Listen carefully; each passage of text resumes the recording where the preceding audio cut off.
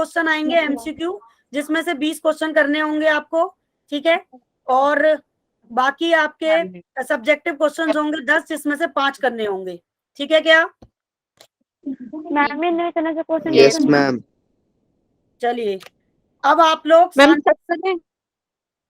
क्या, हाँ स्टार्ट कर रही हूँ मैं क्लास। अब आप एक एक चीज को ध्यान से पढ़ेंगे और समझेंगे, ठीक है। तो देखो, सबसे ज्यादा जो क्वेश्चंस हैं आपके जीओसी, मतलब इक्विलिब्रियम और आयनिक इक्विलिब्रियम, जीओसी से आपके क्वेश्चन पेपर में सबसे ज्यादा क्वेश्चंस हैं। तो आप ये 3 टॉपिक को बेसिकली अच्छे से पढ़ना। Okay ma'am. आप लोगों की आवाज नहीं आ रही गरिमा, और जिसे भी अब लिखना है प्लीज वो चैट सेक्शन में लिख के बात करे, ताकि आप आराम से पढ़ सको, ठीक है। और देखो, आज मैं काफी बिजी रही थी, तो मुझे ये स्लाइड लिखने का टाइम नहीं मिला, तो मैं साथ साथ लिखूंगी और साथ साथ आप आंसर करोगे, ठीक है। और आप लोग भी मेरे साथ साथ नोट करते रहना। ये जिस टाइप के क्वेश्चंस आपके पेपर में आने वाले हैं उसी से रिलेटेड हैं क्वेश्चंस, लेकिन पूरी तरीके से रिलेटेड नहीं है, मैं पहली बार बता दी हूँ आपको, क्योंकि कुछ तो आपको अपना दिमाग भी लगाना पड़ेगा, because the after all you are the student of NEET and JEE Mains. और जेई मेंस और नीट के जो स्टूडेंट्स होते हैं ना, वो अपने आप में स्पेशल स्टूडेंट्स होते हैं। मैम ये स्लाइड आप बना रहे हो? मैम आपने कहा था कि टीम बना के देगी। कौन सी स्लाइड? मैम जो ये क्वेश्चंस वाली है, आपने कहा था टीम बना के देगी। कौन सी क्वेश्चंस वाली? ये जो मैं लिख रही हूँ? Yes ma'am. नहीं, वो उन्होंने बना के दे दी थी, लेकिन वो पीडीएफ आया था, और पीडीएफ पे आपकी स्क्रीन से दिखता नहीं ना आपको, वो तो बिल्कुल वैसे फॉर्मेट में आया था ना जिस तरीके से क्वेश्चन पेपर बने होते हैं। तो वो मैंने फिर उनको अपने पैटर्न में कन्वर्ट किया ना क्वेश्चंस को, ठीक है। तो देखो, maximum minus I effect is exerted by the, आपको बताना है इसका आंसर। ये सब मैं पढ़ा चुकी हूँ, जितने लेवल का मैंने जीओसी कराया है ना आपको, उसी लेवल से आपके पेपर में क्वेश्चंस हैं। मैम थोड़ा सा ऐसे मेरे से पढ़ा भी दीजिएगा। आइसोमेरिज पूछ लेना शबनम, कहाँ पे दिक्कत है। तो देखो, पहला है C6H5, दूसरा ऑप्शन है OCH3 और Cl एंड देन NO2, ठीक है। तो आपको बताना है कि मैक्सिमम माइनस आई इफेक्ट किसमें होता है। हमने पढ़ा था माइनस आई इफेक्ट, ठीक है, और दूसरा हमने पढ़ा था प्लस आई इफेक्ट। तो माइनस आई इफेक्ट क्या करता है? इलेक्ट्रॉन को पुलिंग करता है, अपनी तरफ अट्रैक्ट करता है, ठीक है। और प्लस आई इफेक्ट क्या करता है? बिल्कुल सही आंसर, मैम NO2। बच्चों ने आंसर कर दिया है डी, ठीक है, डी होगा, बिल्कुल डी होगा। और जो प्लस आई इफेक्ट होता है वो इलेक्ट्रॉन को क्या करता है? रिलीज करता है, पुश करता है, ठीक है ना। तो सबसे बड़ी बात, जितने भी माइनस आई के क्वेश्चंस हैं, आई विल रिपीट अगेन, और प्लस आई के क्वेश्चन, जितने बच्चे हैं हमारी क्लास में, अगर मेरी क्लास आज की इस क्लास में कुछ बच्चे ऐसे भी हैं जिन्होंने मेरे लास्ट लेक्चर ज्वाइन नहीं किए, अटेंड नहीं किए, तो वो जाके जितनी भी मैंने बिट लिंक में एक्स्ट्रा क्लास के नाम से रिकॉर्डिंग डाल रखी हैं, ठीक है, वो रिकॉर्डिंग्स को जाके देखना, और नोट्स में जाके देखना, जितना भी ऑर्डर है वो आपको कमिंग टेस्ट के लिए याद होना चाहिए। अगर आपको प्लस आर का, माइनस आई का, आर का, ठीक है, माइनस आई एंड प्लस आई का ऑर्डर याद है, तो जितने भी क्वेश्चंस आएंगे आपके पेपर में, आपको थोड़ा सा दिमाग लगाना है, आप इजीली क्वेश्चन कर पाओगे, कोई क्वेश्चन आपका गलत नहीं होगा। मैम इन दोनों टॉपिक के सिर्फ ऑर्डर के आएंगे या फिर स्टेबिलिटी रिलेटेड भी आएंगे क्वेश्चंस? स्टेबिलिटी के रिलेटिव भी हैं, मैं आपको कराऊंगी सारे क्वेश्चंस, ठीक है, करा रही हूँ किस तरीके से। और एटलीस्ट आपके 8 से 9, 8 या 9 क्वेश्चन, या मान लो 10 क्वेश्चन आई थिंक जीओसी से हैं आपके। जो बेसिकली आपके पेपर में सबसे ज्यादा क्वेश्चन हैं वो किससे हैं? वो क्वेश्चन हैं थर्मोडायनेमिक एंड देन इक्विलिब्रियम, ठीक है। तो मतलब अब 10 क्वेश्चन इसके हैं तो 50 क्वेश्चन है, 45 क्वेश्चन आपको करने हैं, तो अप्रोक्स आप आइडिया लगा सकते हो। तो आपको मेहनत करनी है 3 चैप्टर पे, जीओसी पढ़ना है अच्छे से, इक्विलिब्रियम पढ़ना है और थर्मोडायनेमिक पढ़ना है। और थर्मोडायनेमिक और इक्विलिब्रियम के क्वेश्चंस हम कल की क्लास में कराएंगे, आज हम जीओसी और रिडॉक्स से रिलेटेड क्वेश्चन करेंगे। क्या बात, ये क्लियर है सबको? Yes ma'am. और रिडॉक्स के क्वेश्चन ज्यादा है नहीं है। तो देखो, पहला क्वेश्चन मैंने करा दिया। अब ये ऑर्डर से भी आपको पता चल गया होगा कि मैक्सिमम माइनस इफेक्ट कहाँ पे होगा। और देखो मैं एक बार और बता देती हूँ जिन बच्चों को नहीं पता है, ठीक है। देखो ये ग्रुप है C6H5, यानी कि ये हमारा बेंजीन है या फिनाइल है, ठीक है, क्योंकि इसमें एक हाइड्रोजन कम है तो फिनाइल है। फिनाइल क्या करता है, यहाँ पे कार्बन है और कार्बन हमेशा इलेक्ट्रॉन को रिलीज करते हैं, तो ये इलेक्ट्रॉन रिलीजिंग ग्रुप हो गए, ठीक है। OCH3, ठीक है ना, आपका क्या है ये भी एक तरीके से इलेक्ट्रॉन रिलीजिंग ग्रुप का काम करता है।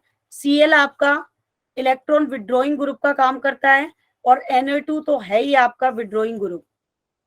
तो जिसने ऑर्डर पढ़ा है ना, उस ऑर्डर के हिसाब से आप इसका इजीली आंसर दे सकते हो, ठीक है। और अगर किसी बच्चे को कोई दिक्कत है, इंडक्टिव इफेक्ट नहीं पता है या कोई कुछ और पूछना चाहता है, तो मुझे चैट सेक्शन में लिख सकता है, ठीक है। अभी देखो अगला क्वेश्चन।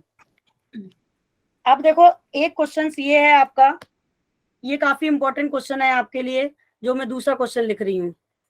जितनी भी मैंने GOC की एक्स्ट्रा क्लास ली, it's very very most important for you. ये मैंने 2 दिन पहले भी बोली थी बात, कमिंग टेस्ट में वो क्लासेस आपको बहुत हेल्प करने वाली हैं, और ये 2 क्लास तो करेंगी। आप क्वेश्चन साथ साथ लिख भी सकते हो मेरे साथ, इससे एक फायदा है कि आपको भी क्वेश्चन याद हो जाएगा, ठीक है ना। यस मैम, लिख लें। फ्री रेडिकल, ठीक है, arrange the following free radicals, ये एक नया क्वेश्चन है आपके लिए, in decreasing order of stability, decreasing order of stability, ठीक है।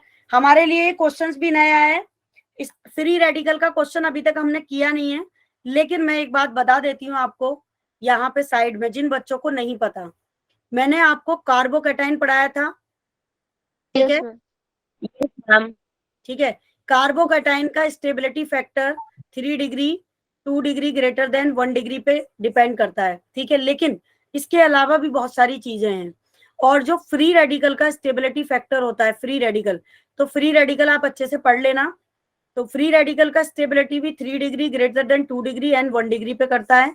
या फिर हम ये भी कह सकते हैं कि ये नंबर ऑफ प्रोटॉन पे भी करता है, alpha hydrogen, yes Sam, number of hydrogen पे भी डिपेंड करता है, जितने ज्यादा हाइड्रोजन उतने ज्यादा प्रोटॉन। तो देखो ए ऑप्शन है, आप लोग ध्यान से देना आंसर, ठीक है। यहाँ पे लिखा हुआ है CH3NCH2 free radical. Free radical आपको पता ही है कैसे बनते हैं। मान लो जब कोई भी एलिमेंट अपना इलेक्ट्रॉन लेके सेपरेट हो जाए, तो उस पर फ्री रेडिकल आ जाता है, यानी कि एक बिंदी लग जाती है। ये जहां पे भी लगा होगा, ये पहचान है, वो फ्री रेडिकल होगा। दूसरी बात, फ्री रेडिकल HMU की प्रेजेंस में होती हैं एंड सनलाइट की प्रेजेंस में ये रिएक्शंस होती हैं। तो ये भी एक इनकी पहचान है कि आपको कैसे पता चलेगा कि फ्री रेडिकल है, और कहीं पे भी रिएक्शंस में लिखा होगा, ठीक है। और दूसरा, ये पेरोक्साइड की प्रेजेंस में भी होती हैं। और पेरोक्साइड क्या होता है, जब भी कोई भी एरोमेटिक रिंग सिंगल ऑक्सीजन से कनेक्टेड हो, जैसे हम यहाँ पे लगा दें C6H5 और यहाँ पे भी लगा दें C6H5, ठीक है। तो एक फर्स्ट ऑप्शन हो गया ये हमारा, ठीक है। उसके बाद बी ऑप्शन है आपका CH2 एंड इसके साथ फिर लगी हुई है एरोमेटिक रिंग, और एरोमेटिक भी पढ़ लेना अच्छे से। और ये हो गया तुम्हारा सेकंड ऑप्शन, ठीक है, ठीक है ना बच्चा party. Yes, ma'am. Yes ma'am. अब इस क्वेश्चन को मैं आपको पूरा सॉल्व करा के दिखाऊंगी कि आपको कैसे करना है। और वैसे पहले आप लोग भी सोचना इसका आंसर क्या होगा। NCH3 NCH3, ये हो गया थर्ड और ये हो गया फोर्थ, ठीक है। अब बताइए आपकी तरफ से इसका करेक्ट आंसर क्या होना चाहिए।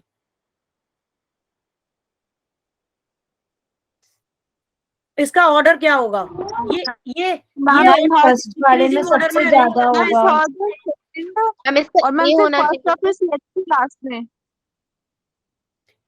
फर्स्ट सबसे पहले, नहीं मैम, थर्ड पहले।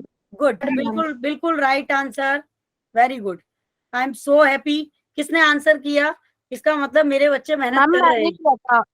अच्छा, साक्षी ने किया था, अच्छा वैभव ने किया, वेरी गुड, सृष्टि ने किया, कोमल ने किया, नाइस, बहुत अच्छे बहुत बढ़िया, बिल्कुल सही लिखा है तुमने तुषार, सब बच्चों ने ठीक लिखा है। 3, 2, 1 एंड 4 राइट आंसर। अब आप मुझे बता दो जरा कैसे आंसर किया। मेरे को तो लग रहा था आप मैम लोग कर नहीं पाओगे। थर्ड वाला थर्ड जो है वाले वो में एल्फाइड थर्ड हो वाला गया, सेकेंडरी 4 है, है। और फिर मैम सेकंड वाला प्राइमरी है, और फिर फर्स्ट वाला मैम फिर वो जो मिथाइल है उस पे मैम कुछ भी नहीं है, तो मिथाइल सबसे लास्ट। एग्जैक्टली मिथाइल पे कुछ नहीं है, ठीक है। और मैं एक बार इसको खुद भी बता देती हूँ। देखो जैसे कि एक और तरीका है इसको करने का, ठीक है। जब भी हम फ्री रेडिकल के क्वेश्चंस करते हैं तो आप ये देख लो कि उसका ऑक्टेट पूरा हो रहा है कि नहीं हो रहा, ऐसे भी सॉल्व कर सकते हो। तो एक और मैं तरीका बता देती हूँ, लेकिन आप लोगों ने बहुत अच्छा आंसर किया। अब देखो इसके पास कितने इलेक्ट्रॉन है, 2, और इसके पास कितने हैं, 2, और इसके पास भी 2 है, एक इस पे रेडिकल है।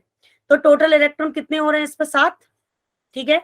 तो मतलब इसका इसके पास इलेक्ट्रॉन की क्या हो गई, डेफिशिएंसी हो गई इलेक्ट्रॉन Yes. की। अगर इसका ऑक्टेट कंप्लीट होता तो ये सही था।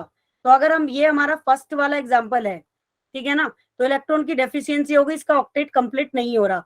तो हमें ऐसा ग्रुप देखना है यहाँ पे जो इलेक्ट्रॉन डेंसिटी जिसकी क्या हो रही हो, बढ़ रही हो, तभी तो आप डिक्रीजिंग ऑर्डर आइडेंटिफाई कर पाओगे। हमें कौन सा ग्रुप देखना है, जिसकी इलेक्ट्रॉन डेंसिटी क्या हो रही है बच्चा पार्टी, इंक्रीज हो रही है, ठीक है। तो इंक्रीज सबसे ज्यादा किस में हो रही थी, आपने देख ही लिया, थर्ड वाले ऑप्शन में हो रही थी। तो बिल्कुल, तो देखो ये वाला तो आपका ऑक्टेट कंप्लीट कर नहीं रहा है, तो इसके पास तो इलेक्ट्रॉन की कमी है। अगर हम अगले वाले को करें तो अगला वाला स्ट्रक्चर कुछ हमारा ये था, ठीक है। यहाँ पे मैं ये था और इसके ऊपर चार्ज था, और यहाँ पे ये बॉन्ड थे, ठीक है, एक बॉन्ड यहाँ और एक बॉन्ड यहाँ। अब एक बात बताओ, हमने रेजोनेंस पढ़ा है, अगर हम इस बॉन्ड को यहाँ से ब्रेक कर दें तो ये बॉन्ड ऑटोमेटिकली इधर शिफ्ट हो जाएगा। जब ये इधर शिफ्ट होगा, ठीक है ना बच्चा पार्टी, तो मतलब इसके चार्ज भी शिफ्ट होंगे। तो देखो अकॉर्डिंग टू रेजोनेंस, ठीक है, ये कहाँ पे आ जाएगा हमारा, ये बॉन्ड यहाँ होगा और ये बॉन्ड यहाँ, और जो फ्री रेडिकल है वो यहाँ आ जाएगा, क्योंकि इलेक्ट्रॉन शिफ्ट होगा, ठीक है ना। अब जब इलेक्ट्रॉन यहाँ से शिफ्ट होगा तो एक बात बताओ, रिंग से बाहर जा रहा है इलेक्ट्रॉन, प्लस आर लग रहा है, क्या लग रहा है यहाँ पे, मैम माइनस आर लगा है बाहर से। ठीक है।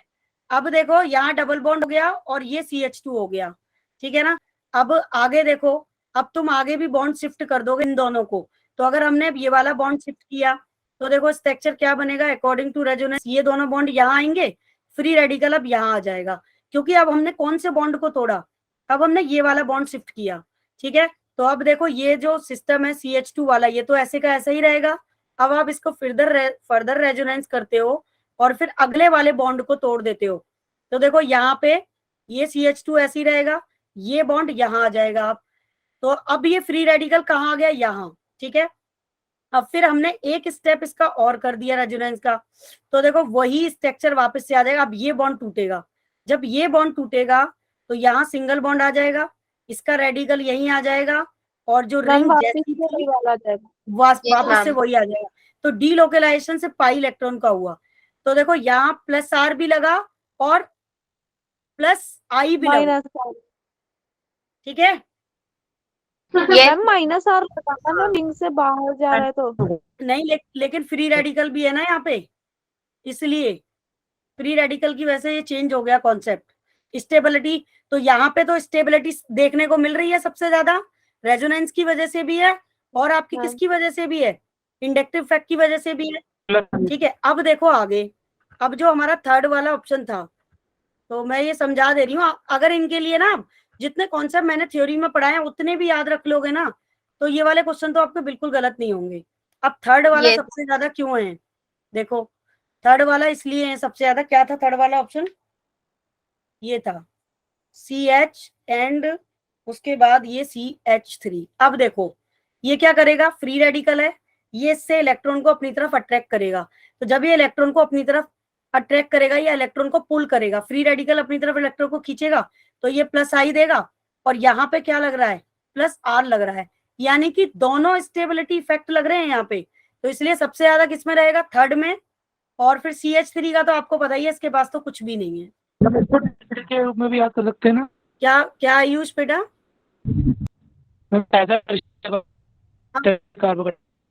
आकाश आवाज ही नहीं आ रही है आपकी, मैसेज चैट सेक्शन में लिखो, ठीक है। तो काफी अच्छा क्वेश्चन था, अब ये सब बाकी आप लोग समझदार हो, अगर परवीन मैम ने स्टार लगा दिया तो उसका मतलब आप बहुत अच्छे से जानते हो। I will not again explain you, ठीक है? यस ठीक है मैम। क्या? Yes ma'am. तो बहुत बहुत इंपॉर्टेंट क्वेश्चन है ये आपके लिए फॉर दी कमिंग टेस्ट। अभी अगले क्वेश्चन पे आ जाओ। गुड, इसका मतलब बच्चे पढ़ते तो हैं मेरे। अरे इसीलिए तो मैं चाहती हूँ कि मेरा हर बच्चा अल्फा बैच में जाए और गवर्नमेंट सीट पे सिलेक्शन ले। अगला क्वेश्चन, ठीक है? ये क्वेश्चन भी थोड़ा सा दिमाग से आंसर करना है, लेकिन क्वेश्चन बहुत अच्छा है कि arrange the following carbon ion, ठीक है, इन डिक्रीजिंग। कल भी आपको ना बहुत अच्छे क्वेश्चंस कराऊंगी जो कमिंग टेस्ट में आ रहे हैं, उसी से रिलेटेड सारे क्वेश्चंस हम करेंगे। और कल सिर्फ किसके क्वेश्चंस होंगे, याद है ना? थर्मोडायनामिक और इक्विलिब्रियम ओनली, ठीक है? तो आज मैं जीओसी खत्म कर देना आप लोग रिवीजन करके। Arrange the following carbon ion in decreasing order of stability. Stability से बहुत क्वेश्चन पूछे जाते हैं भाई। अब आपको थोड़ा थोड़ा जीओसी पढ़ पढ़ के आइडिया होता जा रहा होगा कि सबसे ज्यादा जीओसी में कौन कौन से टॉपिक पे ध्यान देना है। आइडिया हो रहा है या नहीं? Yes ma'am. तो देखो CH2 नेगेटिव, इस पे चार्ज है और यहाँ पे लगा हुआ है अच्छा, तो इंडक्टिव इफेक्ट लगता OCH3 ग्रुप, ठीक है? तो अब मैं आपको हिंट देती हूँ साथ साथ क्वेश्चन में। OCH3 group electron donating group है। अब आपको आंसर करने में इजी रहेगा पहला। और ये क्वेश्चंस बहुत अच्छा है, जेई मेंस में भी आया है इस तरीके का क्वेश्चन, और नीट में तो आते ही है खैर ये, ठीक है? अब मैं ऐसे लगा देती हूँ बॉन्ड की जगह, टाइम बचेगा। यहाँ पे नेगेटिव चार्ज है, फिर यहाँ लगा हुआ है O2N, ठीक है? मैम लेकिन ये CH2 मैंने पर नेगेटिव चार्ज है ऊपर। हाँ नेगेटिव चार्ज है क्योंकि कार्बन आयन की बात हो रही है। कार्बोकैटायन मत समझ लेना इसे। कार्बन आयन का मतलब है नेगेटिव। अब आप इसको जानते हो, ये है इलेक्ट्रॉन विड्रॉइंग ग्रुप, ठीक है? अब तो याद भी हो गए होंगे आपको ये कौन सा डोनेटिंग है, कौन सा इलेक्ट्रॉन विड्रॉइंग है। ये हो गया CH2 नेगेटिव, यहाँ पे कुछ नहीं है थर्ड पे। और उसके बाद, अरे ये पेपर बनाने में मुझे पता है बहुत टाइम लगा आपका, क्योंकि जिस तरीके के क्वेश्चंस आए हैं पेपर में उसके हिसाब से पेपर डिजाइन करना, ऑप्शन बनाना बड़ा टास्क है। और यहाँ लगा है CH3, तो ये कि कौन सा है, इलेक्ट्रॉन डोनेटिंग ग्रुप है। अब इसका स्टेबिलिटी का करेक्ट ऑर्डर बताओ क्या होगा? ये हो गया फोर्थ। सबसे ज्यादा स्टेबल कौन है, अलग से ही पता चल रहा है बिल्कुल। ना NO2। मैम NO2, NO2 है। बिल्कुल सही बात है, NO2। ठीक है? सबसे ज्यादा स्टेबल Na2 है, तो ये हो गया सेकंड। अब सेकंड के बाद कौन सा है? Ma'am H3CO। गौर से करो, stability of carbon ion. Third वाला। थर्ड वाला कार्बन थर्ड आयन भी तो उल्टा हो जाता है ना। राइट, थर्ड है। क्योंकि मैम देखो थर्ड पे तो कुछ भी नहीं लगा, पर मैम सिर्फ CH2 ही लगा है। माइनस आई। बेटा, माइनस तो लगा है, ये माइनस अपने आप में ब्रांड है, ठीक है? मैम इस पे वेकेंट और वाइटल है। हाँ वैकेंट ऑर्बिटल भी है, और ये इसकी खुद की इलेक्ट्रोनेगेटिविटी इतनी आई है, ये खुद से इलेक्ट्रॉन खींच लेगा, ठीक है? क्योंकि बाकी देखो रिलीजिंग ग्रुप है 2, तो ये तो हो नहीं सकते, इनका तो काम ही है इलेक्ट्रॉन रिलीज करने का। और अगर कोई नेगेटिव स्पीसीज आ जाएगी तो इलेक्ट्रॉन वैसे ही खींच लेगी, ठीक है? तो इसलिए अब आएगा थर्ड। फिर थर्ड के बाद कौन सा आएगा? CH3। First fourth. मैम बोलो। First first. और फिर उसके बाद फोर्थ। फोर्थ। फोर्थ सबसे लास्ट में आएगा, मैं एक ठीक है? बार और समझाता तो हूँ।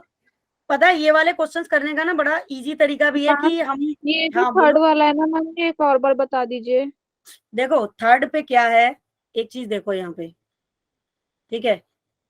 ये मैंने एक बात आपको हमेशा बताई है, जब कहीं पे प्लस लगता है तो उसका मतलब है कि वो इलेक्ट्रॉन डोनेट कर रहा है, ठीक है? अभी यहाँ पे इसके ऊपर क्या लग रहा है, नेगेटिव चार्ज आ रहा है, ठीक है? तो रिंग तो रेजोनेंस स्टेबलाइज कर ही रही है, ठीक है? उसके बाद अगर यहाँ नेगेटिव आ जाए तो ये इलेक्ट्रॉन को खींचेगा अपनी तरफ रिंग के, ठीक है ना। और जब ये इलेक्ट्रॉन को खींचेगा अपनी तरफ, तो जो कार्बन आयन का डिक्रीजिंग ऑर्डर है स्टेबिलिटी का, ठीक है, तो वो सबसे जो स्टेबिलिटी होगी वो तो सबसे ज्यादा इसी के अंदर होगी। फिर अगर उससे कम देखी जाए स्टेबिलिटी तो फिर इसके अंदर आएगी, ठीक है। और फिर ये वाले ग्रुप तो जाएंगे ही लास्ट में, क्योंकि ये इलेक्ट्रॉन डोनेटिंग ग्रुप है।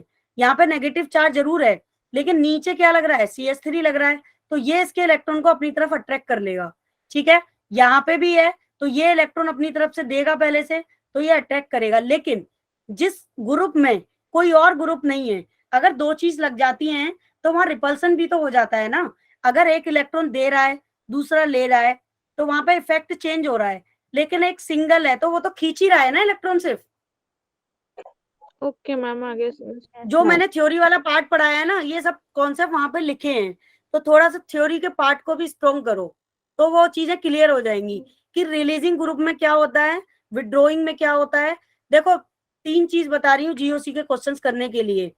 एक तो -I दिमाग में घुट्टी की तरह घोट के पी लो, दूसरा +I, ठीक है। सबसे ज्यादा जो क्वेश्चन आते हैं स्टेबिलिटी के 3 चीजों से ही सॉल्व होते हैं सिर्फ। उसके बाद +R एंड -R। तीसरी इंपॉर्टेंट बात, hyper conjugation and carbocation. Yes ma'am. ठीक है, अगर ये 4 चीज तुमने ढंग से पढ़ ली, ठीक है, तो तुम्हारे क्वेश्चंस गलत नहीं होंगे। इन्हीं के ऊपर क्वेश्चन घूमते हैं बस, हर क्वेश्चन का आंसर यहीं से होके जाना है, ठीक है। और बाकी मैं डिटेल्स में पढ़ाऊंगी भी आपको आगे बहुत सारी चीजें। तो चलो अभी ये वाला क्वेश्चन हो गया।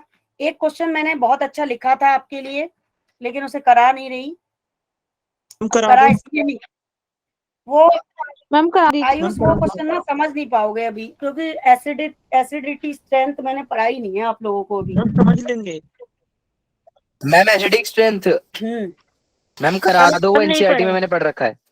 मैम आपने बताया एक बार एसिडिक स्ट्रेंथ का। एनसीईआरटी में है। दी मोस्ट हम कर एसिडिक, लेंगे। वैसे इस तरीके के क्वेश्चन है आपके पेपर में। जिसमें ज्यादा -I इफेक्ट होगा उसमें ज्यादा एसिडिक कैरेक्टर होगा।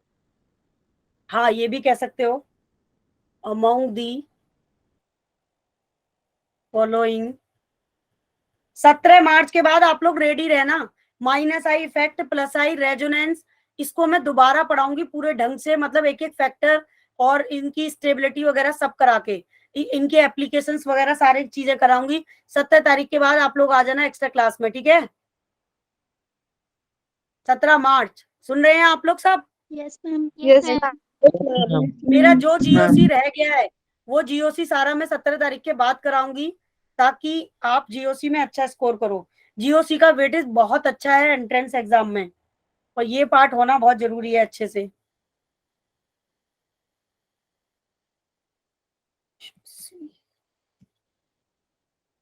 बताओ सबसे ज्यादा एसिडिक कौन होगा, जो जितना ज्यादा प्रोटॉन डोनेट कर देगा? Yes ma'am. Yes ma'am. आप बताओ इसका करेक्ट आंसर क्या है? मैम सी। सी होगा। मैम सी। अरे तुम लोगों ने तो बता दिया, बिल्कुल C होगा। Yes ma'am. ठीक है, इलेक्ट्रॉन डोनेट करने पर डेंसिटी कम हो जाएगी ऑक्सीजन की। हाँ, ऑक्सीजन की डेंसिटी कम हो जाएगी इलेक्ट्रॉन देने के बाद, और ये फिर कन्वर्ट हो जाएगा फिनॉक्साइड आयन में, राइट। ठीक है, यहाँ ये OH है, ये OH जब इलेक्ट्रॉन डोनेट करेगा तो ये कन्वर्ट हो जाएगा, ये इलेक्ट्रॉन को अपनी तरफ अट्रैक्ट करेगा नीचे से, ठीक है। ऑक्सीजन है, क्योंकि मैंने +R और -I आपको पढ़ाया था, तो ये प्रोटॉन निकल जाएगा, और जब ये प्रोटॉन निकल जाएगा तो ऑक्सीजन पर चार्ज कैसा आ जाएगा? नेगेटिव। नेगेटिव। इसको बोलते हैं फिनॉक्साइड। बहुत अच्छी बात है। अब देखो यहाँ पे, अब अगर इस वाले क्वेश्चन की बात करें, ऑक्सीडेशन नंबर -1 में लेते हैं। हाँ, और अगर देखो इस क्वेश्चन की बात करें तो यहाँ रेजोनेटिंग इफेक्ट लग रहा है, ठीक है ना, तो ये भी डोनेट करेगा, लेकिन उतना नहीं करेगा जितना इस पे स्टेबलाइज्ड है, ठीक है। तो ये क्वेश्चन सीधे ही आता है वैसे, अब तक जब तक एग्जाम में आया है कि the most acidic compound among the following is C6H5OH। अब एक और बात, ठीक है, आपको एक रीजन पढ़ाया जाएगा, मतलब मैं पढ़ाऊंगी कि why is phenol is more acidic compare to ethanol and other alcohols. तो स्लाइड में था क्वेश्चन। स्लाइड में था? हाँ मैम। तो अच्छी बात है। अब देखो एल्कोहल है, तो एल्कोहल का एक चैप्टर है 12th में पूरा, वहां आप पूरा एल्कोहल पढ़ोगे, उसकी फिजिकल प्रॉपर्टी, उसकी केमिकल प्रॉपर्टी, उसकी प्रिपरेशन, सब कुछ। तो ये वहां के लिए काफी इंपॉर्टेंट है। तो एक तो ये इंपॉर्टेंट क्वेश्चन था। ठीक है, अभी हम अगले क्वेश्चंस पे आते हैं। साइनाइड वाला कोई डबल ग्रुप का आईपैक मैंने नहीं कराया ना आपको? नहीं मैम। No ma'am. तो भाई ये भी कर लो, क्योंकि इस टाइप के क्वेश्चंस भी क्या पता आपको मिल जाएं। तो एक क्वेश्चंस में लिख रही हूँ कि दी करेक्ट, देखो अब आप देख रहे होंगे, अगर आप पढ़ोगे तो पेपर बहुत ज्यादा टफ तो नहीं है, लेकिन थोड़ा सा दिमाग तो लगाना पड़ेगा और पढ़ना पड़ेगा थोड़ा डीप में। कंपाउंड, ठीक है, अब इसका नाम आप मुझे बताना। वैसे आप लोग काफी अच्छा रेस्पॉन्स कर रहे हो, तो मुझे होपफुली कि आप संडे के टेस्ट में अच्छा करोगे सब, जिस तरीके से मुझे आंसर दे रहे हो अपने आप। मैम आपने कीटोन के बाद CH के बाद CN लगाया ना, CN नहीं लिखा ना आपने? हाँ, ये CN है, ये CN है, ये CHO है और ये O है। ठीक है, तो अब इसका नाम कैसे बनेगा आप बताइए मुझे, कौन बच्चा बताएगा इसका नाम, कहाँ से नंबरिंग होगी?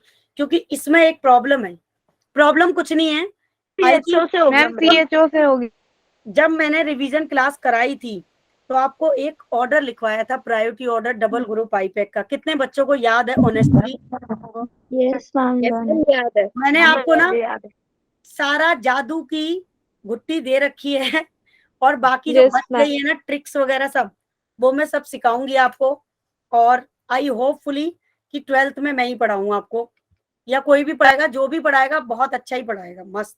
हमारे सारे टीचर अच्छे हैं एंट्रेंस के, अवंती के। अब देखो बच्चा वाटी, यहाँ पे एक चीज है, जब भी कभी साइनाइड आ जाए, चाहे वो एरोमेटिक में आ जाए, किसी में भी, तो आप प्रायोरिटी साइनाइड को देते हो। साइनाइड की प्रायोरिटी ऊपर है, CH ऊपर भी आता है, ठीक है। कीटोन और एल्डिहाइड से ऊपर आएगा। हाँ, तो ये यहाँ से होगी नंबरिंग, तो 1 and 2 and 3 and 4 and 5। अब एक और बात आप लोग मुझे बताएंगे अगर याद है तो, जब भी किसी ग्रुप का कार्बन काउंट नहीं होता तो हम क्या करते हैं? प्योर तरीके से एल्डिहाइड लिख देंगे हाँ, पूरा। तो हम एल्डिहाइड नहीं, इसको फॉर्माइल लिख देंगे, फॉर्माइल लिखेंगे मैम। फॉर्माइल, क्योंकि ये यहाँ पे प्रीफिक्स का काम कर रहा है। Yes ma'am. ठीक है, हम कार्बल्डिहाइड, ठीक है, जब लिखते हैं जब वो हमारा एज ए सफिक्स का काम करे। ध्यान रखना इस बात को, बहुत इंपॉर्टेंट क्वेश्चन है ये, और बच्चे इन्हीं छोटे छोटे क्वेश्चंस में गलतियां कर देते हैं। अब देखो इसका नाम क्या है, 2 फॉर्माइल, क्योंकि 2 पर आ रहा है CHO ग्रुप, तो ये टेबल याद कर लेना भाई ढंग से। ठीक है, 2 फॉर्माइल। और कीटो के लिए क्या लगाते हो प्रीफिक्स, आप बताओ मुझे? ऑक्सो, या तो आप ऑक्सो लिख सकते हो, 3 ऑक्सो, और या फिर आप 3 कीटो भी लिख सकते हो। लेकिन अब ये कैसे होगा कि हमें कैसे पता चलेगा कि मैम कीटो लिखना है कि ऑक्सो? तो ये तुम्हारे पेपर पे डिपेंड करेगा कि उसने ऑप्शन में क्या दिया है। ऑक्सो दिया है तो ऑक्सो कंसीडर करोगे ऑप्शन में, और अगर उसने कीटो दिया है तो कीटो कंसीडर करोगे। समझ गए ना? Yes ma'am. वो पेपर बनाने वाले पे डिपेंड है कि वो ऑप्शन में क्या लिखता है। तो 2 फॉर्माइल 3 कीटो, मैं यहाँ लिख भी देती हूँ 3 कीटो ऐसे करके, ताकि कोई कंफ्यूजन ना रहे मेरे बच्चों को।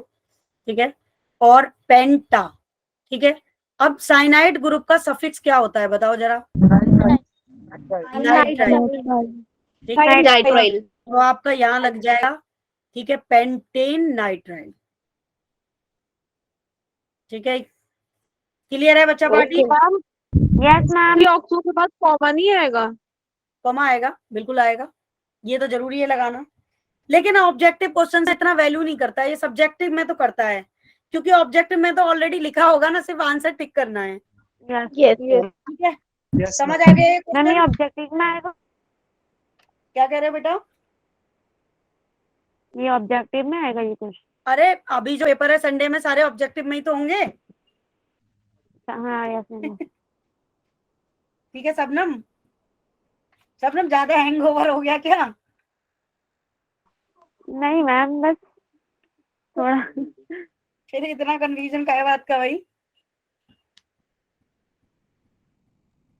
हाँ, शायद ये बात नहीं मैम। अभी देखो एक और क्वेश्चन करा रही हूँ। अच्छा, मैम एक बार ये बता दो, पेंटेन नाइट्राइल में पेंटेन का ई हटेगा या नहीं? हटेगा ई ओके हटेगा मैम। यहाँ से, वो उस केस में नहीं हटेगा ई। मैं एक केस बता देती हूँ तुम्हें। जैसे यहाँ पे मैंने लिखा CH2CN एंड CHCN, ठीक है, एंड CH2CN, इस केस में नहीं हटेगा। तो इसका ये क्वेश्चन शीट में दिया था, बताओ इसका आई पे क्या होगा? मैम इसमें बीच वाला साइनाइड काउंट नहीं करेंगे, कॉर्नर से काउंटिंग करेंगे ना। हाँ बिल्कुल सही बात है। तो देखो इसको मैं नाम बता देती हूँ आपको, 1 2 3 4 एंड 5। अब ये वाला साइनाइड काउंट नहीं हो रहा है यहाँ पे, तो आप इसको 3 साइनो भी लिख सकते हो या 3 कार्बोनाइट्राइल भी लिख सकते हो। ठीक है, तो 3 साइनो इसका आएगा नाम, क्योंकि ये एज ए डबल ग्रुप काम करेगा। और फिर पूरा आएगा पेंटेन, ठीक है, पेंटेन। ई को ड्रॉप नहीं करोगे। अब 1,5 1,5 नाइट्राइल। डाइनाइट्राइल। हाँ मैम डाइनाइट। मैम मुझे ना एक मुझे डाउट लग रहा था। है रियल नीट। हाँ रियल नीट क्या कह रहे हो तुम भाई? सबनम क्या कह रही हो बेटा? मैम हाँ मैम यहाँ पर आपने फॉर्मल लिखा है CN को, तो मैम हम यहाँ पे फॉर्मल की जगह नाइट्राइल नहीं लिख सकते? नहीं नहीं नहीं, नाइट्राइल नहीं लिख सकते। मैम अच्छा ये तुम फॉर्माइल की पूछ रहे हो? Yes ma'am. बेटा फॉर्माइल एल्डिहाइड के लिए आता है, एल्डिहाइड का प्रीफिक्स है डबल ग्रुप में। ये मैंने एल्डिहाइड के लिए लिखा है, क्योंकि देखो रूल क्या था, एक बार दोबारा सुन लो रूल। डबल ग्रुप में जो सफिक्स है, ठीक है, उसकी तरफ से काउंटिंग करते हैं। तो मैंने यहाँ लिख रखा है, ठीक है, ये देखो CN हमारा साइनाइड ग्रुप है, टेबल में जो ऊपर पोजीशन रखता है उस ग्रुप का सफिक्स लेते हैं, उसी की तरफ से काउंटिंग करते हैं, और सफिक्स सिर्फ उसी का आता है। तो हमने साइनाइड ग्रुप का सफिक्स लिखा है, क्योंकि ये हमारा मेन ग्रुप है, इसकी तरफ से हमने नंबरिंग की और इसकी तरफ से हमने सफिक्स लिखा। बाकी जो ग्रुप है उनका प्रीफिक्स लिखते हैं। जैसे कीटोन ग्रुप का प्रीफिक्स या तो ऑक्सो है या कीटो है। एल्डिहाइड ग्रुप का जो प्रीफिक्स है वो फॉर्माइल है, तो इसलिए आपने लिखा 2 फॉर्माइल 3 ऑक्सो पेंटेन नाइट्राइल।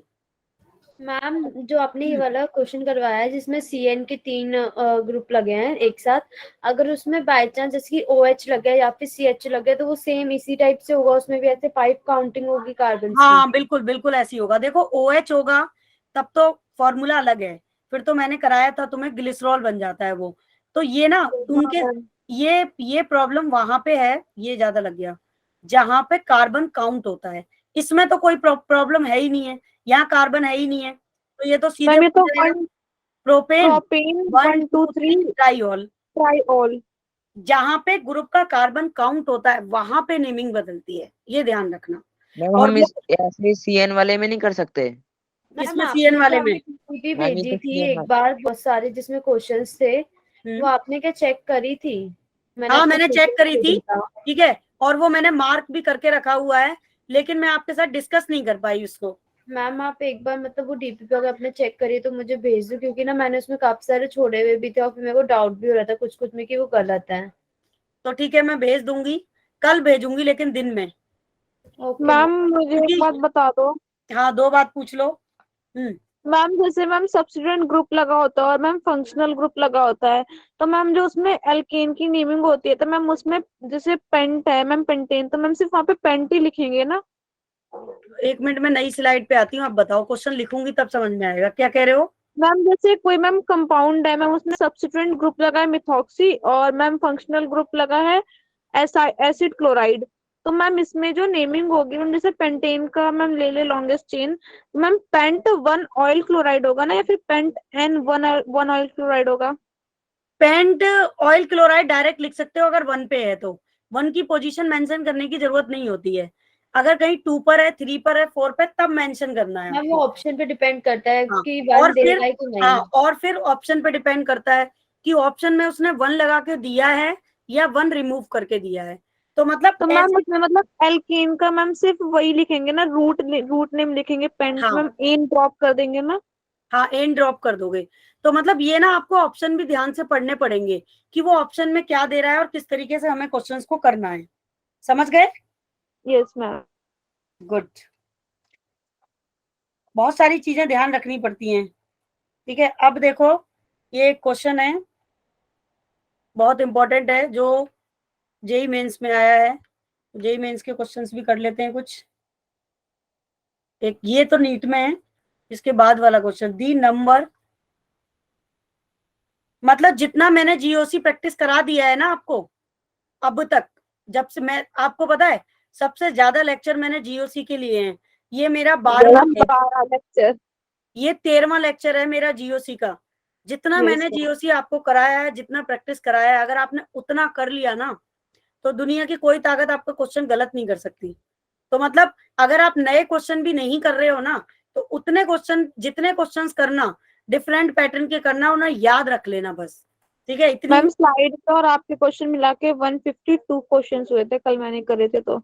हाँ मैंने बहुत क्वेश्चन करा दिए हैं भाई। मैं और सबसे अच्छी बात पता है मेरी, मैं क्या करती हूँ, मतलब अपनी तारीफ अपने मुंह से कर रही हूँ, ठीक है। अलग अलग पैटर्न के क्वेश्चंस करा अलग देते हो अलग आपने। पैटर्न के क्वेश्चंस कराती हूँ, कभी भी मेरी क्लास का क्वेश्चन रिपीट नहीं होता, ठीक है।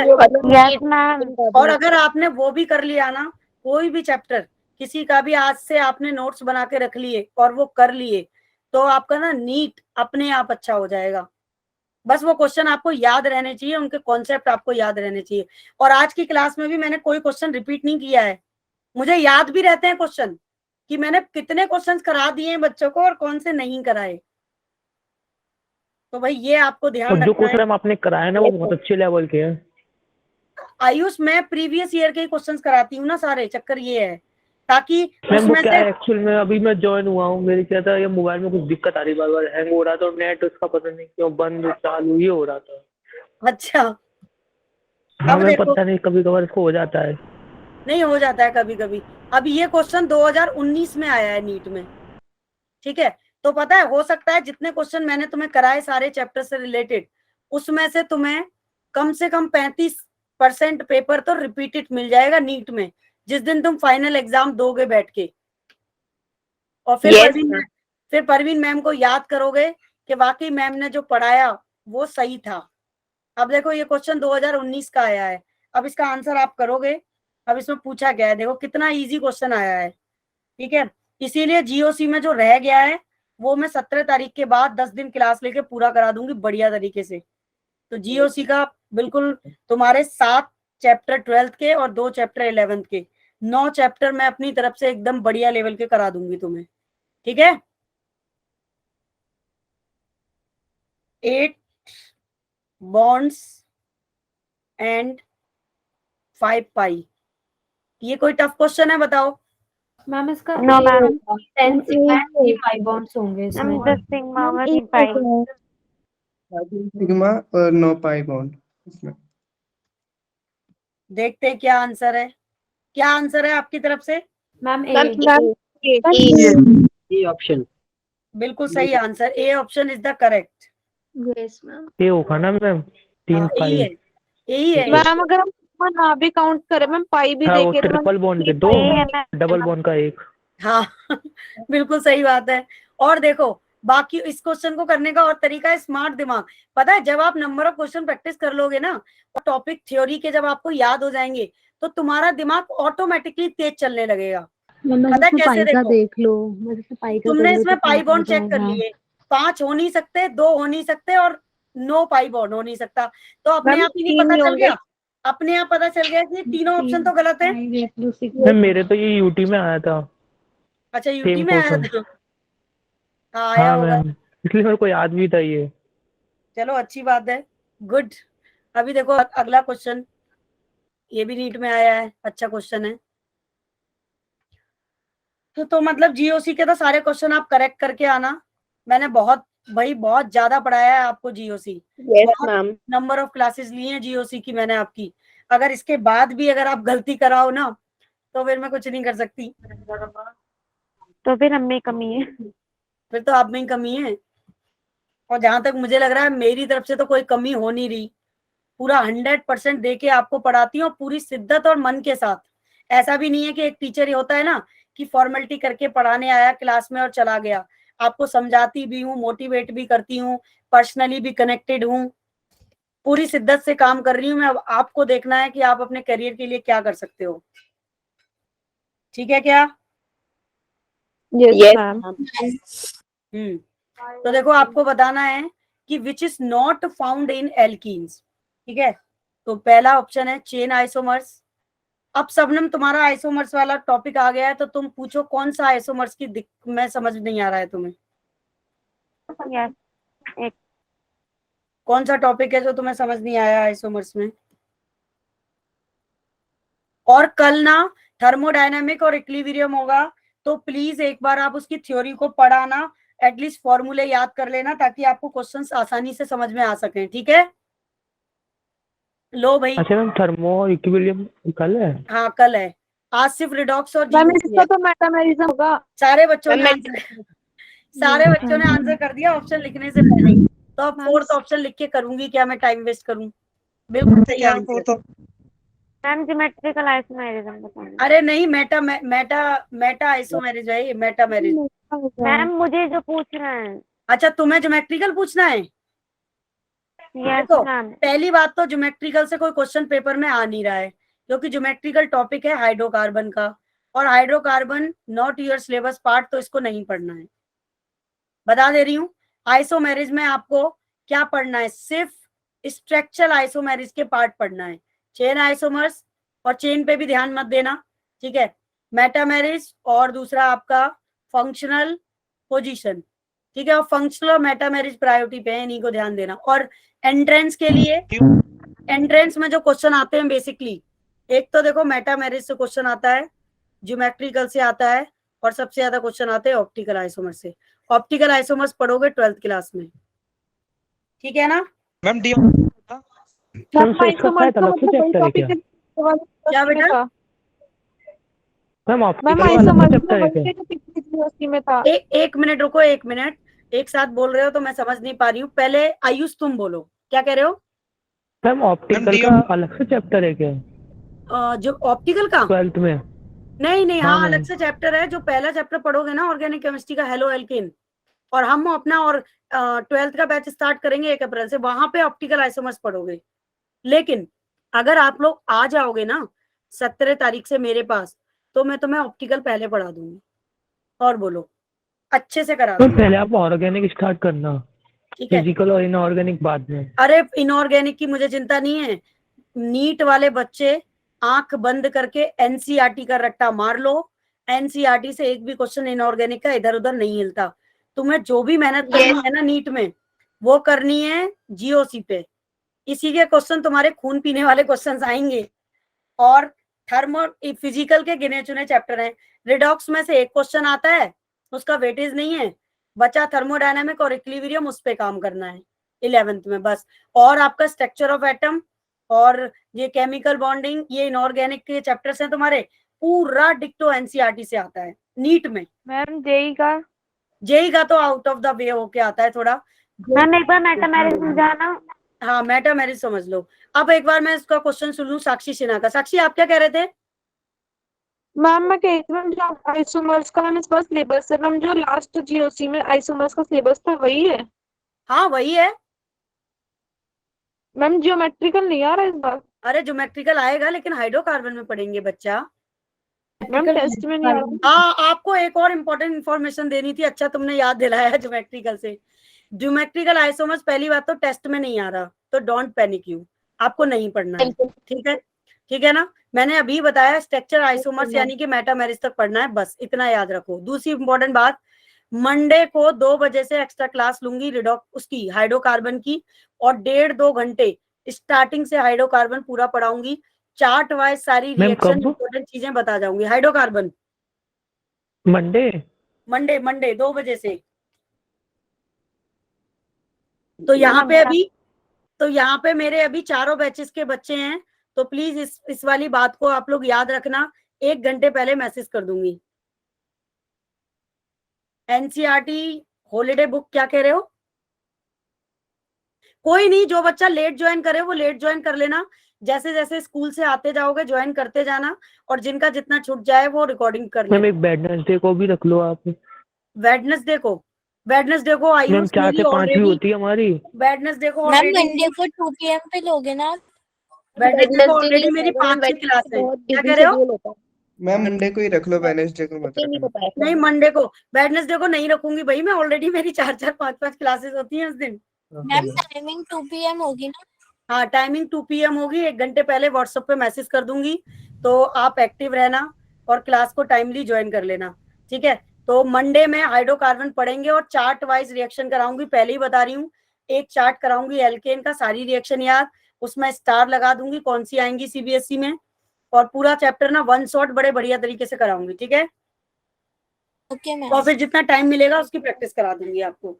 मैं उनकी प्रिपरेशन पढ़ा देना, वो कैसे हाँ करते हैं। हाँ, प्रिपरेशन करा दूंगी, जैसे कोलवे हो गई, वुड्स रिएक्शंस हो गई, वो सब करा दूंगी आयुष, ठीक है।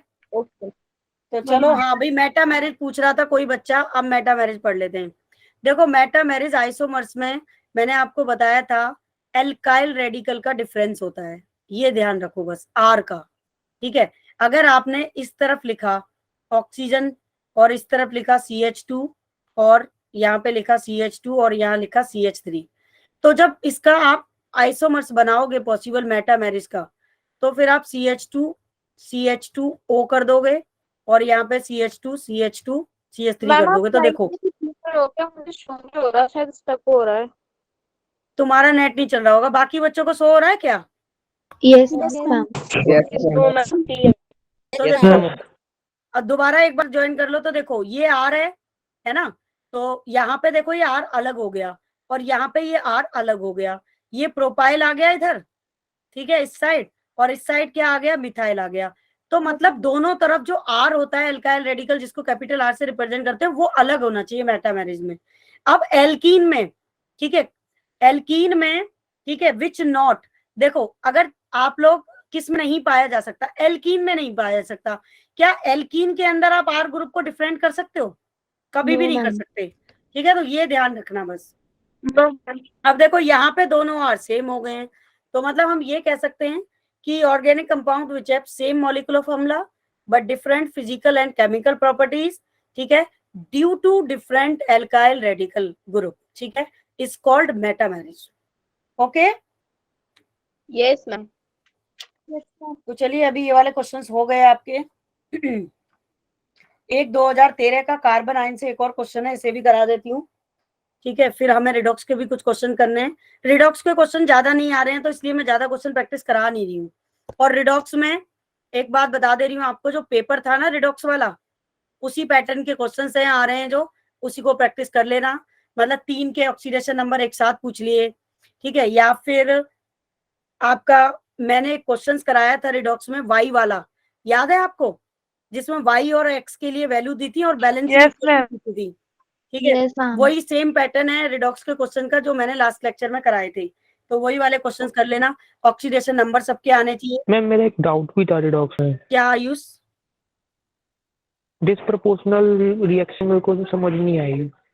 तो फिर उसके लिए तो एक अलग से समझाना पड़ेगा। आयुष अभी के टेस्ट पे ना रिडॉक्स पे ज्यादा फोकस मत करो, हाँ, लेकिन मैं समझा दूंगी दोबारा, मेरे को टाइम मिलेगा तो मुझसे पढ़ लेना पेपर से पहले, ठीक है आयुष? ओके। बाकी डिस्प्रोपोर्शनल रिएक्शन से जो क्वेश्चन आते हैं ना नीट में, वो काफी सिंपल क्वेश्चन आते हैं, जैसे मैंने पहले एक क्वेश्चन कराया था हम डिस्प्रोपोर्शनल। आपने अपनी रिकॉर्डिंग में समझाया हुआ है। हाँ, तो मतलब रिकॉर्डिंग में समझाया हुआ है और क्वेश्चन उसका आता है कि वो तुम्हें कोई 4 रिएक्शन दे देगा, तो आपको कैलकुलेट करके ये बताना पड़ेगा किसमें साइमल्टेनियसली ऑक्सीडेशन और रिडक्शन हो रहा है, वही डिस्प्रोपोर्शनल रिएक्शन है। बाकी कुछ खास आता नहीं है उससे ज्यादा, लेकिन फिर भी मैं पढ़ा दूंगी तुम्हें अभी, अभी नहीं, मतलब बाद में जब हमारी क्लास होगी, क्योंकि अभी मुझे वो सेट ऑफ क्वेश्चंस कवर करने हैं जिस टाइप के क्वेश्चंस आपके पेपर में टच हो रहे हैं। तो अभी देखो एक और क्वेश्चन देख लो, स्टेबिलिटी से है ये भी, the stability of carbon ion in the following. तुम लोगों ने इतना कुछ ऑर्गेनिक में हो गया, अलग से कुछ रजिस्टर वगैरह मेंटेन कर रहे हो कि नहीं? मैंने बोला था क्वेश्चन का अलग रजिस्टर बनाओ, थ्योरी का अलग बनाओ। यस मैम, बना रखा है। हाँ, क्योंकि जब आप फाइनल लीड का पेपर देने जाओगे ना, तो वो वहां पे बहुत हेल्प करेगा। और मैं तो ये कहूंगी पढ़ लेंगे फिर। हाँ, कि थोड़ी मेहनत अगर कर सकते हो तो एक काम करो, जीओसी का पूरा रजिस्टर बिल्कुल अलग कर दो, जीओसी के क्वेश्चंस का, मतलब इनऑर्गेनिक का सेपरेट, फिजिकल का सेपरेट, इस तरीके से बनाओ, ओके मैम। ताकि जब आप पेपर देने जिस दिन जाओगे तो रिवीजन इजीली कर सकते हो, बहुत सारे काम कर सकते हो। मैंने एक तो ऐसा करा है, डीपीपी का अलग है और नोट्स का अलग है। हाँ, ऐसे ही बनने चाहिए रजिस्टर आपके, ठीक है। तो वही देखो, प्लानिंग आपको भी करनी पड़ेगी टीचर के साथ साथ, तब आप स्कोर कर पाओगे।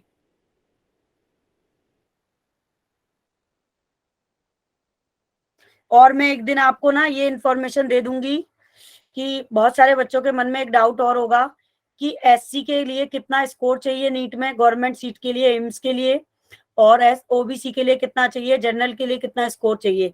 शायद आई थिंक अभी आपको ये सब चीजें नहीं पता है, पता है क्या? No ma'am.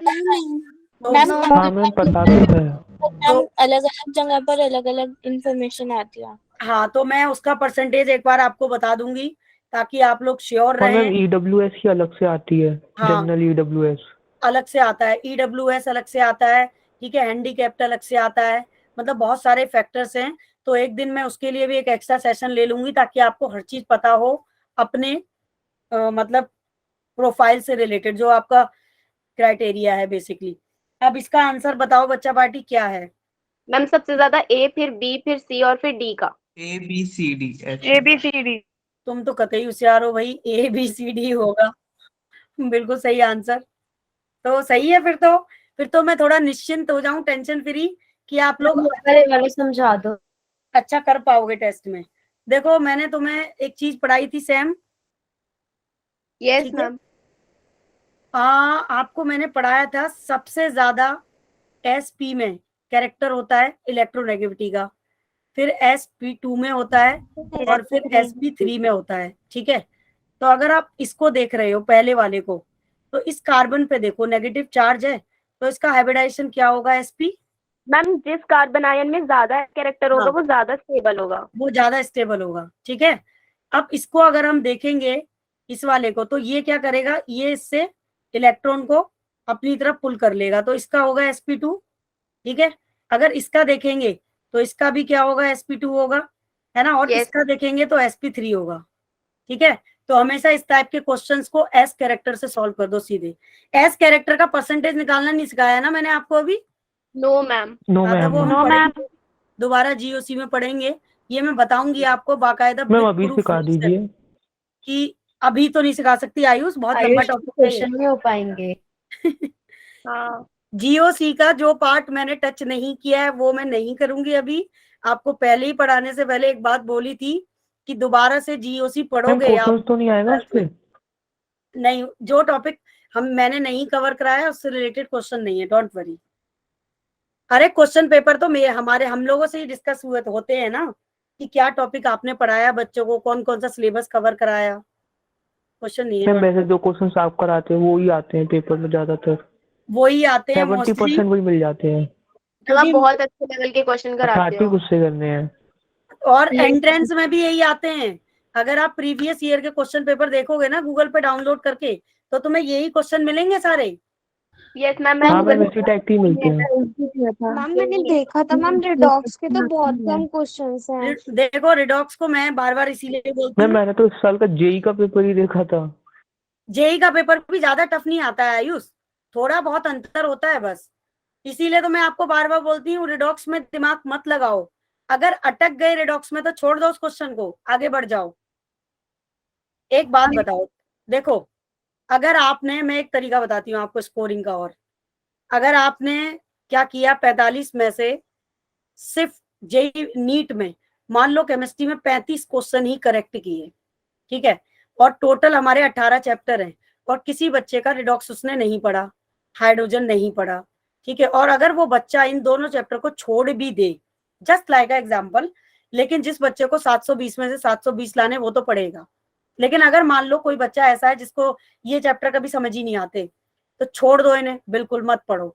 अगर आप विदाउट नेगेटिव मार्किंग 35 क्वेश्चन भी सही कराए ना, और बाकी आपने फिजिक्स में कर लिए विदाउट नेगेटिव मार्किंग और बायो में, तब भी तुम्हें गवर्नमेंट कॉलेज अच्छा मिल जाएगा। नंबर कहाँ कटते हैं? नेगेटिव में कटते हैं, वो पूरी मतलब स्कोरिंग को खराब कर देता है। तो मेरा मानना ये है, जो चीज नहीं आ रही उसे छोड़ दो और आगे बढ़ जाओ, ठीक है। तो अभी कमिंग टेस्ट के लिए जितना पढ़ना, सॉलिड पढ़ना। अगर किसी को ये लगता है कि भाई मेरे को रिडॉक्स में बैलेंसिंग नहीं आ रही और मेरा कल पेपर है, मैं क्या करूं, छोड़ देना इसको बिल्कुल, ऑक्सीडेशन कर लो सिर्फ, ठीक है। मैंने बताया ना 3 चैप्टर पे फोकस कर लो, जीओसी, थर्मोडायनामिक और इक्विलिब्रियम, उसमें लगा दो बस जान। अगर आप एसपी ब्लॉक कराओगे? क्या चीज? एस ब्लॉक और पी ब्लॉक? एस ब्लॉक और पी ब्लॉक कराएंगे, हाँ एस ब्लॉक पी ब्लॉक भी कराएंगे, हाइड्रोजन भी कराएंगे। उन चैप्टर्स को ना हम 1 शॉट कराएंगे 2-2 घंटे की क्लास में, क्योंकि उनसे क्वेश्चन आते नहीं है एंट्रेंस में ज्यादा। Yes ma'am. मैम उसमें प्रीवियस ईयर में भी उसमें कम था और मैम उसका वेटेज भी हमेशा कम ही रहता है। उसका वेटेज कम रहता है, और हाइड्रोजन से तो 25 साल में 3 क्वेश्चन आए हैं सिर्फ। Yes ma'am. और सुन लो, तो क्या ही मतलब है ऐसे क्वेश्चंस को करने का। अब रिडॉक्स के क्वेश्चंस कर लो, ठीक है क्या? और बाकी मैंने इतने जीओसी के क्वेश्चंस करा रखे हैं भाई, तुम्हें लॉट ऑफ करा रखे हैं, ठीक है। तो अभी रिडॉक्स के कुछ क्वेश्चंस कर लेते हैं।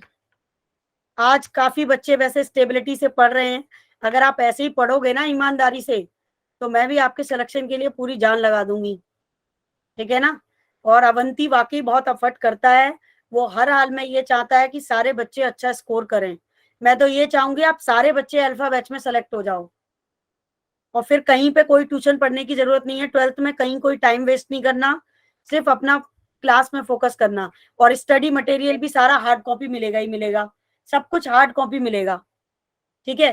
तो फिर आराम से पढ़ो ना, क्या टेंशन है, सही बात है कि नहीं?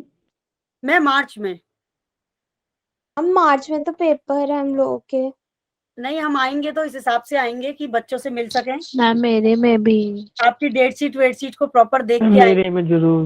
नहीं नहीं, मैम मैं मेरे सबके में में भी। आऊंगी, ठीक है। आप लोगों को मैसेज भी कर दूंगी आज कौन सा स्कूल विजिट कर रही हूँ, पहले एक दिन पहले नाइट्स में, ठीक है। तो चिंता ना करें आप, मैम कंसीडर। अरे मेरे को भी तो मिलना है भाई अपने सारे बच्चों से, मेरे लिए मेरा हर बच्चा प्यारा है भाई, चाहे वो बैच नंबर 40 का है, चाहे वो बैच नंबर 40 का है। परवीन मैम अपने सारे बच्चों से बहुत प्यार करती हैं, और पता है मेरे को स्टूडेंट्स शुरू से बहुत लाइक करते हैं सारे। आज भी मेरे होम टाउन में ना मेरा पूरा घर भरा हुआ है बच्चों के गिफ्ट से। कुछ गिफ्ट ऐसे हैं जो मैंने खोले ही नहीं है आज तक। मेरी और बच्चों की बॉन्डिंग बहुत अच्छी रहती है। मैम आप बहुत स्वीट हो। नहीं, आप लोग भी स्वीट हो, तभी तो। एक तरफ से बॉन्डिंग नहीं चलती ना, दोनों तरफ से चलती है। ताली एक हाथ से नहीं, दोनों हाथ से बजती है। मैम मैंने भी दोबारा रिज्वाइन करा है, आपने कितने क्वेश्चंस करा दिए? मुझे नहीं पता मैंने कितने क्वेश्चन कराए हैं, मैं तो नंबर भी आज उल्टे सीधे ही डाल रही हूँ क्वेश्चन पे। देखो इसे बंद कर दिया, बस कराती जा रही हूँ मैंने जो क्वेश्चन सेलेक्ट कराए हैं। पता नहीं कितने कराए, कितने करा दिए बच्चों क्वेश्चन। ये जेड है। मैम कब गई मैम है? साक्षी के जाने के बाद 4 क्या चीज?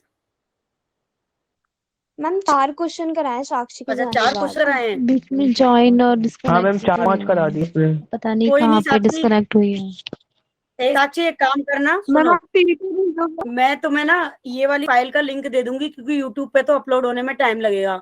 इसका लिंक तुम्हें व्हाट्सएप कर दूंगी पर्सनली, तो तुम वीडियो देख लेना, ओके। ठीक है। तो अभी देखो ये वाला क्वेश्चन आपको करना है। मैम ये आपने 2/2 क्यों लिखा है? तो 2/2 कट भी तो सकता है।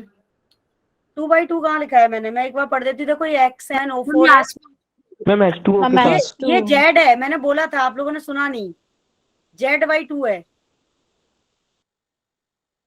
ठीक है। The value of X, Y and Z in reaction और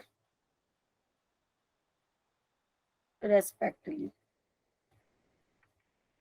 चलो सॉल्व करो, इसकी ट्रिक बताई थी ना मैंने एक आपको, यस मैम। उसी से करना है। इस तरीके के जो भी क्वेश्चंस आए इसी तरीके से सॉल्व करना है, और नीट में इसी तरीके का क्वेश्चन आता है। और सुनो एक और बात, ये 2013 में जेई में भी आ चुका है क्वेश्चन, IIT में भी आया है सेम क्वेश्चन।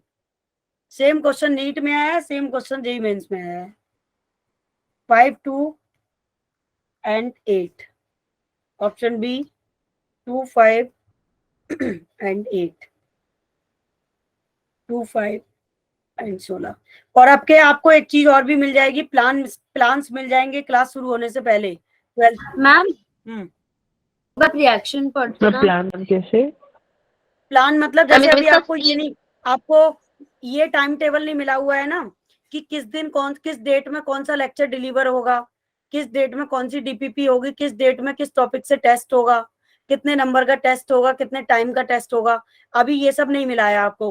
क्योंकि आपको पता ही है दिल्ली का जो अवंतिका प्रोजेक्ट है वो दिस ईयर ही शुरू हुआ है आपका नवंबर से सितंबर से, ठीक है ना। तो 12th में आपको शेड्यूल प्लान पहले से मिल जाएगा, तो आपको टीचर से पूछने की जरूरत नहीं है। बिल्कुल सही answer, C option is the correct. होगा मैम। ठीक है, तो वो प्लान आपके पास पहले से होगा, आप खुद ही देख सकते हो किस डेट में किस सब्जेक्ट में कौन सा लेक्चर डिलीवर होगा और कहाँ तक टॉपिक कवर होगा, कब टेस्ट होगा, किस डेट में किस डेट में टेस्ट है आपके और किस टॉपिक में टेस्ट है। 12th में, हाँ। तो वही सब कामों में तो बिजी हैं। क्या कह रहे हो मनप्रीत? सिर्फ अल्फा ग्रुप में होगी या फिर जो ग्रुप में नहीं? सब में बेटा, सब में। देखो अल्फा बैच में और कैटलिस्ट बैच में कोई अंतर ये है बस कि कैटलिस्ट बैच में वो बच्चे रखे जाएंगे जो थोड़े वीक हैं, जिनके बेसिक वीक हैं, उनको भी हम एंट्रेंस ही कराएंगे जैसे आप करा रहे हैं कैटलिस्ट बैच तो मैम फोटोन भी तो होगा ना, एक अल्फा के पहले, हाँ। मतलब अल्फा के बाद फोटोन फिर कैटलिस्ट। फिर कैटलिस्ट, ठीक है। लेकिन ये है ना कि अल्फा बैच में ज्यादा क्रीमी बच्चे होंगे जिनका आईक्यू लेवल बहुत अच्छा है, जो टफ क्वेश्चंस बहुत ज्यादा कर लेते हैं, ठीक है, तो फिर उनको और टफ क्वेश्चंस कराए जाएंगे। अब जो बच्चे इतने वीक हैं, जैसे मैंने आज की क्लास में 10 क्वेश्चन कराए, उनमें से 5 क्वेश्चन भी बेचारे नहीं कर पा रहे, तो हमें एंट्रेंस उनको भी क्वालिफाइड करना है। लेकिन उनको कब क्वालिफाइड कराएंगे? जब हम उनको पहले बेसिक कराएंगे, तो फिर बेसिक कराने के बाद फिर वो अच्छे बैच में अल्फा बैच में शिफ्ट हो सकते हैं नंबर के स्कोरिंग पे। तो इसलिए ये डिवाइडेशन किया है। तो सारे बच्चे, इससे क्या होगा ना, सबका रिजल्ट अच्छा जाएगा। अभी जो प्रॉब्लम्स आ रही है ना कि कुछ बच्चों का रिजल्ट अच्छा है, कुछ का वीक है, क्योंकि बेचारे उनके कॉन्सेप्ट क्लियर नहीं है, तो जो अच्छा है वो और अच्छे के लिए काम कराया जाएगा, जो वीक है उनको भी अच्छे के लिए काम कराया जाएगा, ये रहेगा। लेकिन जो शेड्यूल प्लान है, नोट्स हैं, वो सब कुछ सबको मिलेगा। बस अल्फा बैच थोड़ा ज्यादा क्रीमी बैच रहेगा, जिसमें मतलब टॉप मोस्ट स्टूडेंट ही रहेंगे, ये है बस। बाकी सब कुछ अच्छा ही है, क्योंकि अभी भी फोटोन और कैटलिस्ट में हमने कोई ज्यादा डिफरेंस रखा नहीं है। आप लोग देख रहे हो स्टडी मटेरियल डिलीवर हो रहा है, ठीक है, बस वो टाइमिंग की वजह से किया है। जैसे कुछ बच्चे वीक हैं तो बेचारे वो क्लास में पूछते रहते हैं, रेगुलर नहीं आते या क्लास स्किप कर देते हैं, उन्हें समझ नहीं आता, तो इसलिए ये डिवाइडेशन करना जरूरी था। तो फिर ये वाला क्वेश्चन तो आई होप आपको सबको ही क्लियर है। यस मैम, नेक्स्ट करा दो। मैम एक बार समझा दो। जेड की वैल्यू 16, तो बैलेंस वाई की वैल्यू 10, या फिर आप इसे 10 ना लिख के सीधे वाई की वैल्यू 5 रख सकते हो। तो देखो इसमें क्या करना है, जब भी इस तरीके का क्वेश्चन आए ना पेपर में, तो ये जो वैल्यू है आप इनको रख के देख लो। यहाँ पे x की वैल्यू 2 रख लो, y, अगर रिएक्शन बैलेंस है तो वही आंसर होगा। अगर तुम्हारे 2 भी करेक्ट हो गए ना, तो तीसरा अपने आप करेक्ट हो जाएगा, ठीक है। तो एक तो यस मैम। इस तरीके के क्वेश्चंस आपको करने हैं, ठीक है। ये रहा। आपको पता है मुझे भी बहुत मेहनत करनी पड़ती है आपके लिए। मैंने पेपर यस मैम। आपको देखो, ये देखो मैंने किस तरीके से क्वेश्चंस पेपर पे लिख रखे हैं आपके लिए। मैम आप Yes, ma'am. पूरी तैयारी के साथ आते हो आप, हमें क्लास एक में बात नहीं, एक बात बताओ, अगर मैं तैयारी नहीं करूंगी तो तुम्हारा रिजल्ट कैसे स्कोर कराऊंगी? हमें भी पढ़ना पड़ता है, ठीक है, सिलेक्शन करना पड़ता है। एक बात बताइए, अब हमने जो टॉपिक तुम्हें पढ़ाया ही नहीं है, अगर तुम गूगल से क्वेश्चन उठाओगे, ठीक है, या मान लो किसी बुक से उठा लो, या प्रीवियस ईयर के क्वेश्चंस पेपर ले लो, तो वहां पे तो सारे टॉपिक से क्वेश्चन है ना।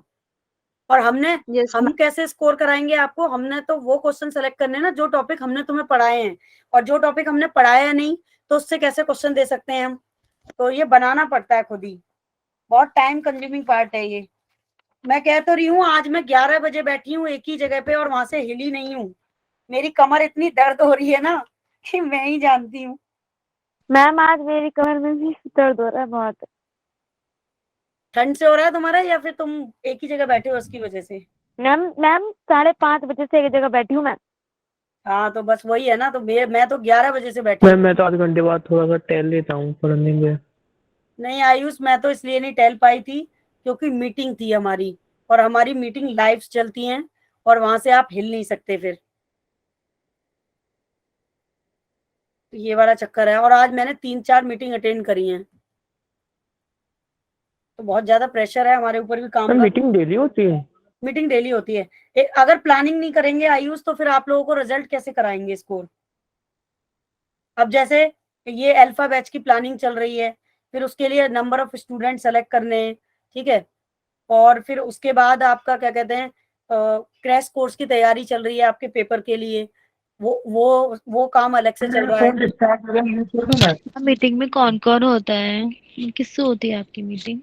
हमारे जो सीनियर्स होते हैं उनसे होती है। मैम मेरा फोन डिस्चार्ज हो गया, लीव कर दूं मैं? मैम जो मैनेजमेंट का काम करते हैं। हाँ हाँ हाँ। किसका फोन डिस्चार्ज हो गया बेटा? मैम मेरा फोन डिस्चार्ज हो गया अच्छा पूरा। आकाश, ठीक है कर दो लीव, कोई नहीं, वैसे भी अब मैं 1-2 क्वेश्चन ही कराऊंगी क्योंकि ऑक्सीडेशन के क्वेश्चन है ही नहीं, वैसे ही क्वेश्चन हैं जैसे आपके लास्ट टाइम में आए हैं, तो थोड़ा सा फाइनल। हाँ मैम जो आपने जीओसी के लिए कराए हैं मतलब उससे रिवीजन मतलब उस टाइप के क्वेश्चंस होंगे टेस्ट में? किस क्या क्या कह रहे हो सैम, दोबारा रिपीट करो एक बार। मैम अलीशा। हाँ एलिसा बोलो दोबारा एक बार।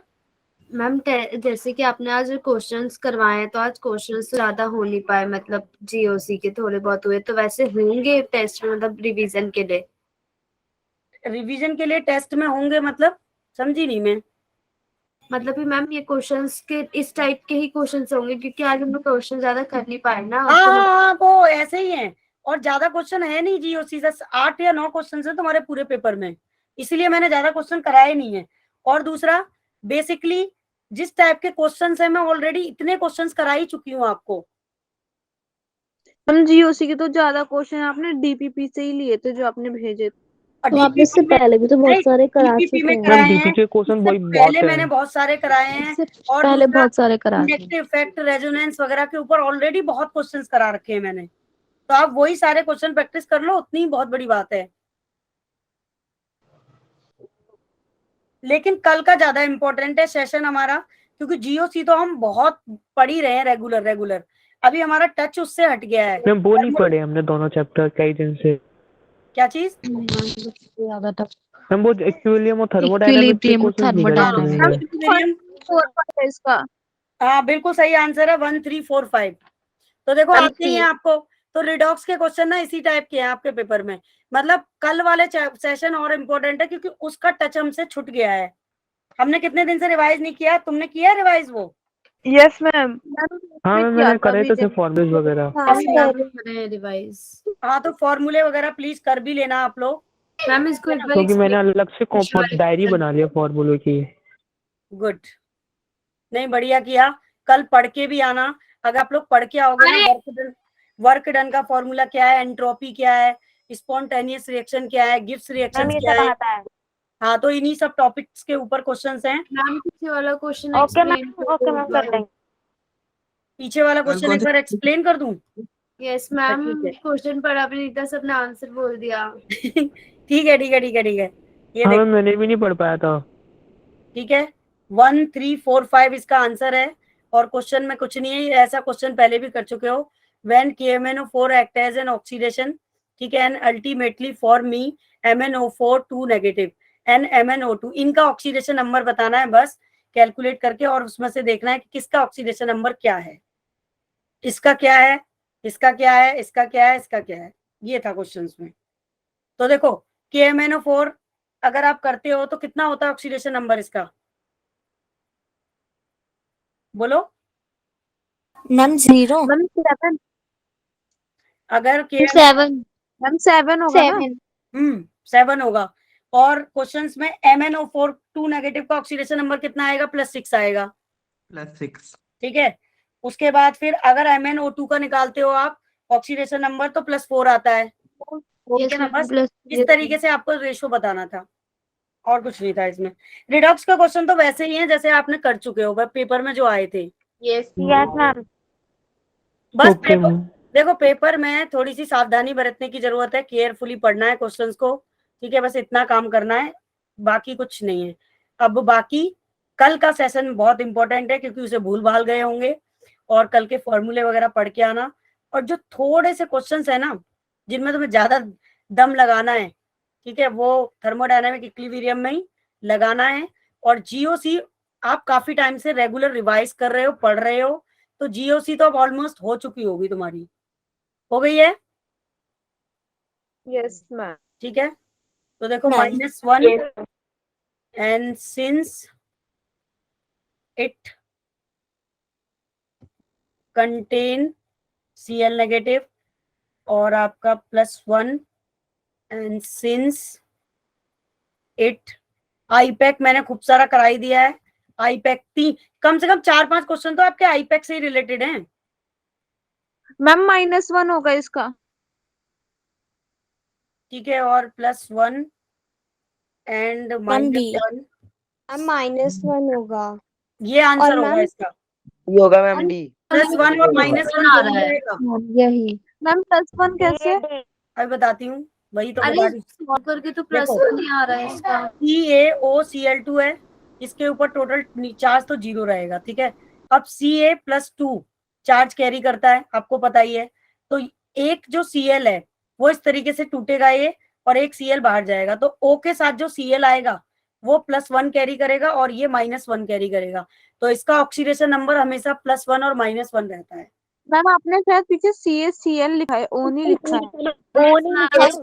मैम O नहीं, मैम आपने CaCl2 लिखा है, इसलिए मैं -1 आ रहा यस मैम। अच्छा, CaCl2 लिखा है मैंने, CaO होगा, सॉरी। ठीक है मैम फिर ये वाला तो कराया है आपने। कराया ये मैंने। Yes ma'am. है। तो हाँ कोई बात नहीं, मैम। देखो इसी टाइप के क्वेश्चंस हैं, और बाकी अपना सेंस लगा लेना। और आपने आज काफी अच्छा रेस्पॉन्स किया। नेक्स्ट स्लाइड खोलना। इसका मतलब ये है कि आपने काफी अच्छा पढ़ाई करी। ठीक है, तो हमारा तुषार है क्लास में, चला गया? तुषार ने तालियां बजा दी। तो यार स्क्रीनशॉट भी भेज दो, 49 बच्चे स्टेबल हैं हमारे। मैम 1 मिनट, आप नेक्स्ट स्लाइड दिखाना, आपने उसमें जो लिखा था। ये लो मैम नेक्स्ट वाली।